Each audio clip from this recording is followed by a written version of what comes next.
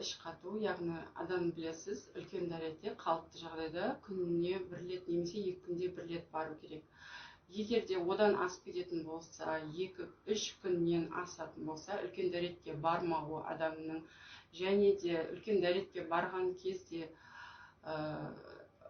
күшену, қосымша бір күшену, дискомфортпен немесе қолмен көмектесу, ішектің ішінен қолмен үлкен дәретті шығаратын кезде болады. Сондай бір белгілі бір үлкен дәретке отыратын дефекация дейді, сол уақыттың 25%-ін астам уақыты дефекация күшенуге, белгілі бір күш жұмсауға кететін болса, онда ол запор деп аталады. Яғни іш қату сізде бар деген сөз.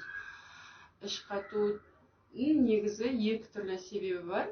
Яғни олар 2 түрлі болады. Бірінші органикалық, екіншісі функционалдық. Органикалық дегеніміз ол яғни асқазан ішек жолдарында немесе басқа жүйелерде белгілі бір ауру бар, және белгілі бір себеп бар, сол себептің әсерінен ішекте өзгерістер болып жатыр, яғни ішектің жұмысы баяулады, немесе ішекте бір кедергі бар деген сөз. Ауру бар, қабыну бар, немесе полип болуы мүмкін деген сияқты. Асқазан ішек жолдарының, асқазан мен өттің ауруларының өзі екіншілік осы ішектегі өзгерістерге алып келеді. Бұны біз органикалық патологияның әсерінен болған іш қату деп айтамыз. Бұны енді ең бірінші тексеру керек, содан кейін барып себепті анықтағаннан кейін не себеп болып тұр, соны барып емдеуіміз керек. Оны емдемей іш қату кетпеуі мүмкін. Неге? Себебі оның себебі белгілі бір мүшенің патологиясы болып тұр. Оны себеп, соныған әкеліп тұрған себепті жойған кезде ғана біздегі іш қату, яғни ішектің жұмысы қалыптасады, орнына келеді. Және де бір парадокс бар, яғни ол айнап келе беретін круговой не дейді, ол цепочка сияқты. Іш қатудың өзі қайттан сол аурудың асқынуына алып келеді. Яғни сізде ішекте іш қату болатын болса, ол жерде микрофлора бұзылады, ол жерде үлкен дәреттің кідірісі болады, ол жерде уже дәреттегі токсиндер, улы заттардың бәрі қайттан қанға сіңеді, оның бәрі бауыр арқылы өтеді, ол өтке әсер етеді, осылай қайттан обратно давление жоғарылайды, содан обратно асқазанға қарай, өтке қарай антирефлюкс пайда болады. Бұл сол себепті іш қатуды ешқашанда сізде көп жылдар, ұзақ уақыттан бері іш қату болатын болса, оны бірден қолға алыңыз. Я бұйырса, Құдай қаласа эфирді сақтап қоямын. Сақтауға тырысам, енді мана қарап алдым ютубтан қалай сақтайтын. Содан кейін, енді осы ең бірінші айтатын мәселе, бұл жерде іш қату болса, бірден қолға алуға тырысыңыз. Оны ұзаққа созбаңыз. Себебі ұзаққа созыла беретін болса, ол арғарай одан сайын бірінші болып тұрған патологияны одан сайын асқындырады. Бұл уже круговой бір-бірін асқындыратын цепочка болып кетеді, сіз уже бұл неден шыға алмай қалуыңыз мүмкін. Екінші, ол функционалды запор. Бүгін көбінесе функционалды запор туралы айтылады. Ол яғни сіз тексересіз, сізде ішектеріңізде, асқазан ішек жолдарында ондай қатты өзгерістер жоқ, ондай қатты патология жоқ. Яғни барлығы қалыптыға жақын. Ол кезде ол уже функциональный запор деп аталады. Яғни ондай ауру жоқ, бірақ сізде ішектің өзгерістері, яғни іш қату бар. Бұны ретке келтіруге болады. Бұл деген жүкті кезінде, босанғаннан кейін әйелдерде өте көп кездеседі.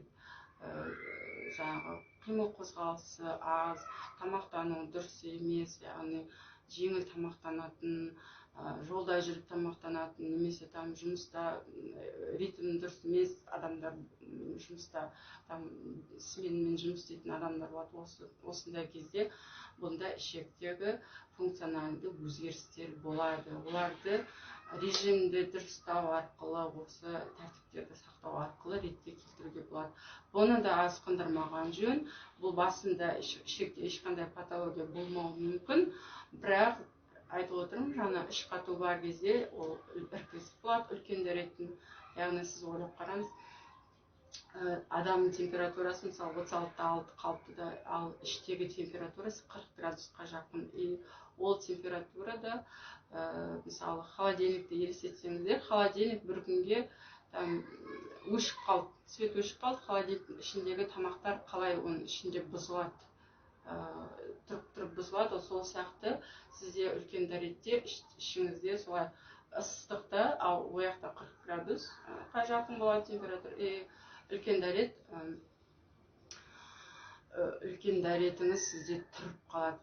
Тұрып қалғаннан кейін ол сол күйінде тұра бермейді ғой, әрине ол жаңағы разлагация етеді, шірейді сол жерде. Үлкен дәрет, яғни ол артық зат, ол шығып кету керек уақытында. Ол өзінің құрамындағы улы заттардың барлығы қайттан сол жерде ішектің қабырғасы арқылы қанға сіңеді. Сол жердегі микрофлораның жаңағы бактериялардың, ішектің, біздің білесіз, асқазан ішек жолымыз ауыз қуысынан бастап тікшекке дейін микробтар дейміз, яғни микроорганизмдер, оның ішінде лактобактериялар да бар, бифидобактериялар, ішек таяқшасы және басқа да микроорганизмдер бар. Осылардың барлығының құрамы өзгереді ол жерде, яғни ол жерде пайдалы бактерия емес, керісінше пайдасыз, адамға зиян тигізетін бактериялар бас көтереді. Сізде уже ұзақ жүре беретін болса, уже органикалық патологияға, ішектің өзінде өзгеріске әрі қарай алып түсе береді. Бұның өзінде асқындыруға болмайды, ұзақ уақыт жүре беруге болмайды. Так, енді екі жағдайда да негізі бұл сұрақтарыңызға түскеннен кейін жауап беремін. Мен ойым бұзылып кетейін деп тұр, себебі екі жағдайда да іш қатудың органикалық болсын, функционалдық жағдайда да бұл, мысалы, ішектің өзінің принциптері бар, жұмыс ететін. Бұл принциптерді қолдануға болады. Белгілі бір принциптерді қолданып жүрсеңіз, сіздің ішегіңіздің жұмысы реттеледі.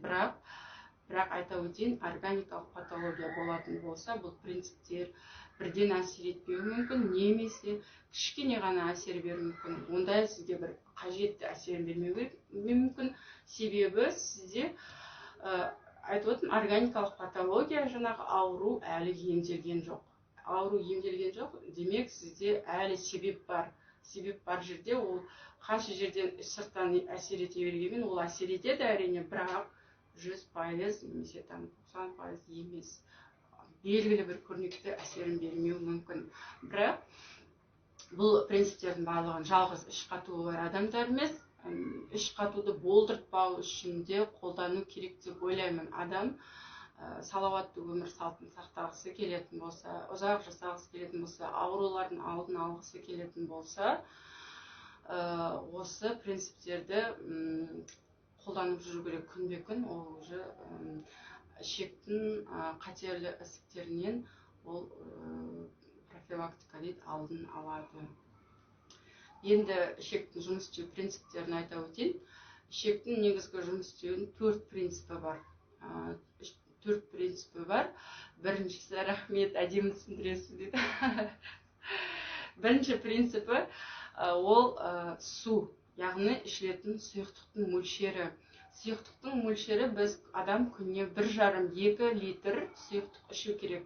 Яғни ол сұйықтық көбіне су, 1,5-2 литр. Негізі есептегенде адамның салмағымен есептейді. Егер запор қалыпты адам, мысалы, ешқандай патологиясы жоқ адам болатын болса, 30 миллилитр килограмм салмағына. Рахмет, Марти. Жаңағы однокурсниктер кіріп мені қолдап жатыр, рахмет көп-көп. 30 миллилитр килограмм салмағына көбейтесіз. Мысалы, сізде 50 килограмм болатын болса, салмағыңыз оны 30-ға көбейтесіз, значит, сізге 1,5 литр су ішу керек. 1500 миллилитр су ішу керек күніне, тәулігіне. Ал егер запор болатын болса, онда ол 30 миллилитрді одан сайын жоғарылатасыз, яғни 40-50 миллилитр. 50 килограммды 40-50 миллилитрге көбейтесіз іш қату болатын болса. себебі сізге судың мөлшері өте көп керек. Судың мөлшері, мысалы, сізге 1,5-2 литр көлеміне түсіп тұрады ғой, ол су қайттан ішекте сіңеді. Ол ішекте сіңеді және үлкен дәреттің өзіне, ішекте үлкен дәреттің өзіне 100-200 мл су қалу керек. Ол қатты болмас үшін, ол қойма жаңағы қалай айтсам, формасы дұрыс болу үшін 100-200 мл су керек. Егер сіз судың мөлшерін дұрыс ішпейтін болсаңыз, сіз жеткіліксіз ішетін болсаңыз, ол бәрібір ол суды ішіп сіңіре береді. Өзіне сіңіре береді. Ал ол суды ол қайдан сіңіреді? Үлкен дәреттің құрамынан сіңіреді. Яғни үлкен дәретке қалу керек 100-200 мл су, ол ішекке сіңіп кетеді. Сол кезде дәреттің құрамындағы су аз болады да, ол уже қатаяды. Ол қатайғаннан кейін ол уже жай жылжиды. Ішектің бойымен, представьте, сізге сұйық зат тез жылжи ма, қатты зат тез жылжи ма? Любой трубканың бойымен елестеңіз, енді асқазан ішек жолдарымыздың барлығы бір үлкен трубка ғой, былай қарап отырсаңыз да. Қатты зат ол баяу жылжиды. Еще оның құрамындағы судың бәрі ішекке сіңіп кетті, еще ол өзі қатайып қалды, еще ол өзі жаймен жылжиды. Сізде енді уже запордың басы деген осы деген сөз. Сондықтан да ең бірінші ішегіңіздің жұмысын реттегіңіз келетін болса, ең бірінші принцип 1,5-2 литр су ішесіз тәулігіне. Сорпалар негізі есептеледі. Сорпа, компот солар есептеледі, бірақ кейбір әдебиеттерде айтады, тұз, су қосылмаған болу керек дейді. Енді ондай қатты білмедім. Негізі 1,5 литр таза су ішкен дұрыс. Судың температурасы аса қатты маңызды емес бұл жерде. Біреулер ыссы болсын деп айтады. Негізі қатты ыссы болғанда дұрыс емес, себебі өңешіңіз күйіп қалуы мүмкін. Ауыз қуысына да ол жаңағы зиянды әсер етуі мүмкін. Бөлме температурасындағы су жарайды. Егер таңертең керек кішкене салқынға жақын, қатты салқын емес, салқынға жақын су ішетін болсаңыздар, онда ол ішектің жұмысын одан сайын белсендіреді. Себебі салқын ішекке қоздырғыш сияқты рефлекторын әсер етеді. Су туралы айттым. Екінші принципке көшейік. Екіншісі ол клетчатка. Клетчатка деп бұрынғы атауы, қазір енді пищевые волокна деп айтады. Тағам талшықтары деп аудардым енді мен. Білмеймін, келіңкіремейді ма, кішкене. Тағам талшықтары, клетчатка деген маған негізі ыңғайлы. Тағам талшықтарын жеткілікті деңгейде пайдалану керек. Ол тағам талшықтары өсімдік тектес, негізі тағамның құрамында, барлық тағамның құрамында, бірақ өсімдік тектес көкөністер мен жемістерде ол өте көп болады. Крупаларда көп болады, пшеничная крупа, жаңағы овсяная крупа, кукурузная крупа, осыларда тағам талшықтары көп болады. Жаңғақтарда көп болады, жаңғақтардың бірақ калориясы өте жоғары. Соны ескерген жөн.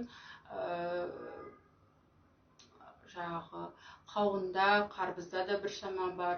Чернослив, слива, абрикос, алмұрт, осындай сияқты жеміс жидектердің барлығында тағам талшықтары көп болады. Яғни біз қанша қолдануымыз керек, күніне кеміне, кеш жарық, жаңадан қосылатқан оқырмандар, күніне кемі 500 грамм сіз көкөністер мен жемістер жеу керексіз. Жаңағы айтып кеттім, нанның құрамында да бар негізі. Бірақ нан дегенде ақ нанда емес, жоғары сұрыпты ақ нанда емес, ол көбіне кебекті нандар дейді, грубый помол дейді, өте ірі електен өткізілген ба, қалай айтсам болады қазақша, сондай мука из грубого помола, с хлопьями деген мукалар бар. Сондай қара бидайдың нанынан, ржаная дейді, ржаная мука, қара бидайдың ұнынан жасалған нандарда негізі клетчатка молынан болады. Осыларды жеткілікті, яғни клетчатканы сіз санайтын болсаңыз, кемінде 20 грамм клетчатка, ал ол өсімдіктер мен көкөністердің жаңағы жалпы салмағына келетін болсақ 500 граммдай, жарты килограмм сіз көкөніс пен жеміс жеуіңіз керек тәулігіне, немесе одан да көп. Бұл минимальный, воз бойынша айтылған қазіргі минимальный несі, одан да көп жеуге болады әрине. минимальный себебі қазір адамдар өте көп жаңағы өңделген тамақты көп пайдаланамыз, рафинированный тамақтар дейді, дайын тамақтар, там колбаса, сыр, там ішінде олардың клетчаткаларын алып тастаған. Бұрын ол клетчатканы пайдалы деп ойламаған. Мен әдебиеттерден қарағанда сбалансированный питаниені құрған кезде олар ойлаған ақуыз керек, белок керек, көмірсу, май керек, клетчатка керек емес, оны алып тастайды да. Тек қана осы үшеуіне, майларға, көмірсуларға көңіл бөлген. Ал енді келіп осы әсер, осы бүкіл тамақтанудың бәрінде уже өзгеріс болып кетті, бүкіл өндіріске еніп кетті осы тамақтанудың принципі.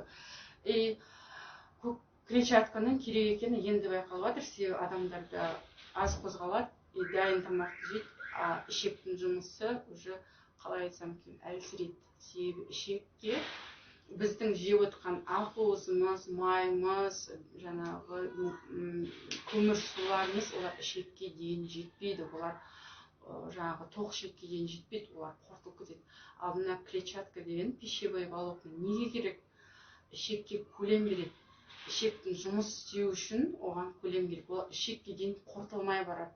Тоқ ішекке дейін қорытылмай барады. Тоқ ішекке барған кезде сіздің жаңағы микроорганизмге, тоқ ішектің микрофлорасы, бактериялары оларды қорытады.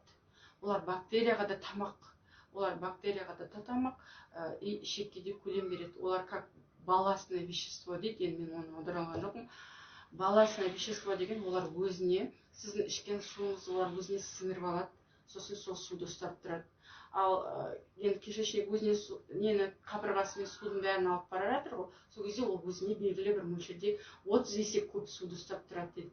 Суды ұстап тұрған кезде ол жаңағы тамақты қорытқан кезде сіздің дәретіңізге су уже жеткілікті деңгейде болады. Осы үшін керек. Негізі көп адамдар клетчатка дегенді түсінбейді, ой не зат деп сөйтіп сұрақ қойып жатады, мен деймін. Кішкене бір түсінік болсын деймін. Клетчаткаға бай тамақтардың списогі интернетте толып тұр. Ашасызда Google'дан продукты богатые клетчаткой или пищевыми волокнами деп жазасыз, и все ол атып шығады. Күнделікті тамақтанған кезде тарелканың жартысы осы көкөністерге толы болу керек. Жартысы. Негізі принцип бойынша сіздің жарты тарелкаңыз көкөніс, жартысының жартысы, яғни 25% ақуызға, оның қалғаны май болу керек. Көмірсуды енді таңертеңгі асқа болады, былай тез сіңетін көмірсуларды көп қолдануға кеңес берілмейді. Енді клетчатканы енді жалғыз тек көкөністермен неден, қалай айтсам болады, жемістерден, продуктыдан алмайды, оны қазір аптекада дайын түрлері де бар. Ол пшеничный отруби деп аталады. Пшеничный отрубені дайын, сол клетчатканы сізге дайындап, ұсақтап берген, оны қасықпен суға салып немесе кәдімгідей тамақтардың арасына араластырып жеуге болады. Сумен де ішуге болады. Оны бастаған кезде бір шай қасықтан бастайсыз, 3 мезгіл тамақпен бірге, және ол кезде де суды көп ішу керек болады. Себебі ол отруб деген, білесіздер шығар, отруб деген қандай болатын, кебек, и ол кебек деген ісінет организмге түскеннен кейін.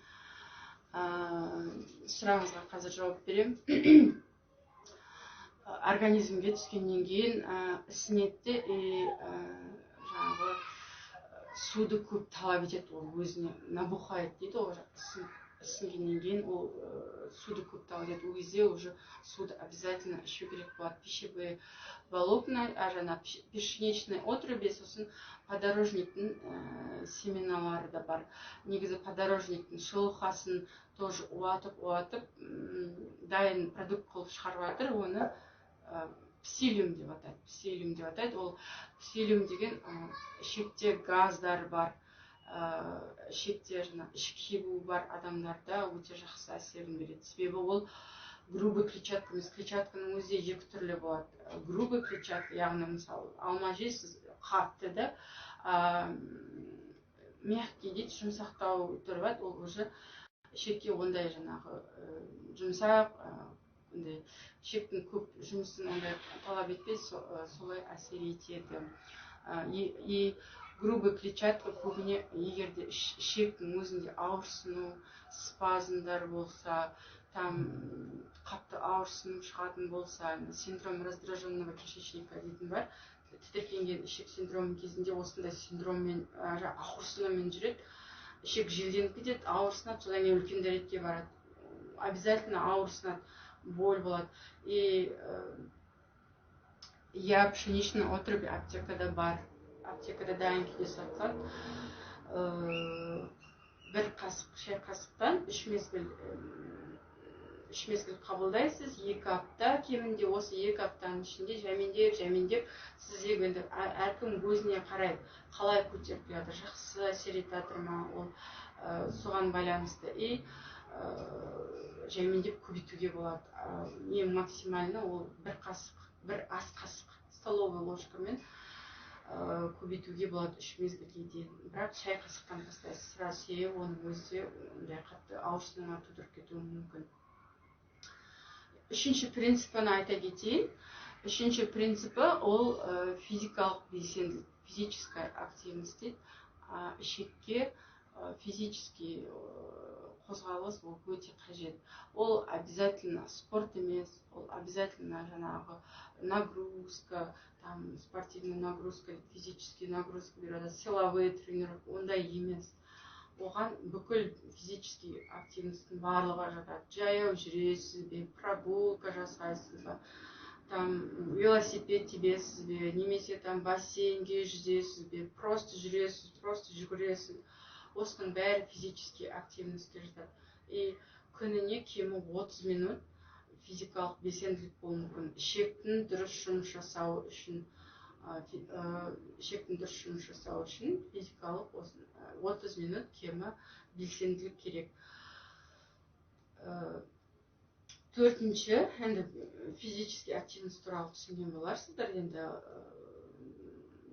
төртіншісі ол ішектің уақытында босауы. Вовремя опорожнение, қалай айтсам болады, уақытында босау керек ішек. Яғни ол неге сүйенген? Ол ішектегі асқазан ішек рефлексіне сүйенген. Мысалы, сіз кешкісін ұйықтайсыз, кешкісін ұйықтаған кезде біздің бүкіл зат алмасу процесіміздің бәрі баяулайды, и ішектегі үлкен дәрет түзілу процесі жүреді. Үлкен дәреттің бәрі формироваться етеді. Түнімен демалған кезде таңертең сіз тұрасыз, вертикальді қалыпта тұрасыз, тұрғаннан кейін асқазанды іске қосасыз, су ішіп бересіз, және одан кейін 20 минуттен кейін завтрак ішесіз. Осы таңғы ас ішкеннен кейін астың барлығы, үлкен дәреттің барлығы тікшекке қарай, сіз тіке қалыпта жүргенде еще тамақ ішкеннен кейін бірін басу принципі бойынша ішек белсенеді, үлкен дәретті неге жылжытады, тікшекке қарай жылжытады. Содан кейін сізде позывка да болады үлкен дәретке. И осы процесс, ол рефлексный, ол бүкіл адамдарда бар негізі, ол сақталған. Просто бұл рефлексті адам жоғалтып алуы мүмкін. Қандай кезде жоғалтады? Жай тұрғанда ұйқыдан, мысалы, ұйқыдан жай тұрғаныңызды, ол не істерін білмей қалады. Таңертең үлкен дәретке бару керек, ал сіз ұйқыдан оянған жоқсыз, ұйықтап жатсыз түске дейін деген сияқты, ол уже өзінің несінен жаңылып қалады жұмыстан. Немесе бір инфекция болса, іші өту болса, просто кишечный инфекциядан кейін адам ішек өзінің несін жұмысынан жаңылып қалуы мүмкін. Немесе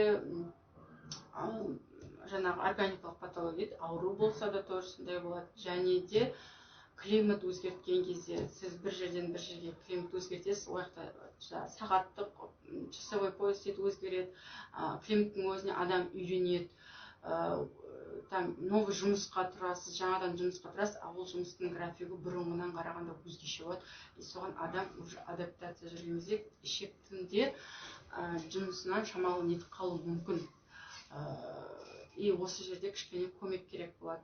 Бұл көмек қандай? Бұл дейтін ішектің тренировкасы деп аталады. тренировка кишечника немесе тренировка туалета деп жазып қарасаңыздар болады интернетте. Бұл жөнінде көп тоқталмаймын, себебі менің неде таплинг сілтемесінде тегін менде чек-лист тұр. Ішекті жаттықтыру деген ол прям таңертең сіз тұрғаннан бастап үлкен дәретке дейін қалай оны отыру керек, туалетте сол туралы чек-лист тұр, ол тегін тұр, оны жазып алып үйде пайдалансаңыз болады. Бір айта кететін жағдай, ол бір күнде ішегіңізді жаттықтырып ала алмайсыз. Оған сіз кемі бір апта жұмыс жасайсыз. Бір апта, 2 аптадай сіз жұмыс жасасаңыз, сізде уже эффект көрінеді. Егер де органикалық патология жоқ, функционалды өзгерістің бәрі жаңағы ішектің ритміне байланысты, судың бәрін реттедіңіз, тамақтың бәрін реттедіңіз, таза ауа-тамақтармен жаңағы серуендеп физически активностьті реттеп алдыңыз.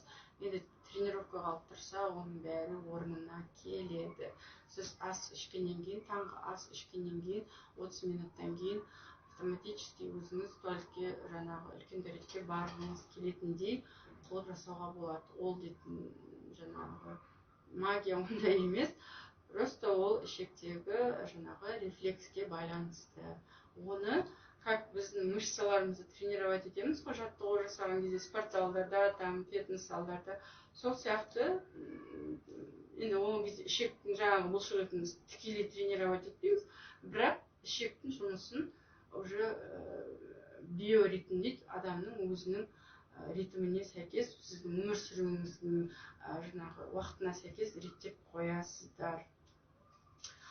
Осы іс-шараларды 4 принципті сіз орындасаңыз, сіз орындап бастауыңыз керек. Ішекті қатудан құтыламын десеңіз, сіз әлі тексеріс мәліметтері жоқ, сіз ересіз тексеріп жүрсіз, бірақ сонда да какой-то бір ем қабылдап жүрсіз, әлі жоқ, эффект жоқ, мысалы сондай болатын болса, әлі тексерген жоқсыз, немесе дәрігерге барған жоқсыз.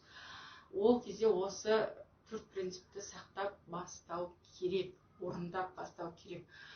Мүмкін сізде эффект болады, бірақ аз болады. Егер функциональный өзгерістер болатын болса, сізде мысалы босанғаннан кейін, немесе жүктілік кезінде, босанғаннан кейін көп, әйелдерде көп проблема, көбісі жазады маған. Босанғаннан кейін геморрой болады обязательно, запор болады обязательно, сіз емізесіз, дополнительно жидкость сізден кетіп жатыр, сүтпен бірге, сізге одан да көп жидкость ішу керек.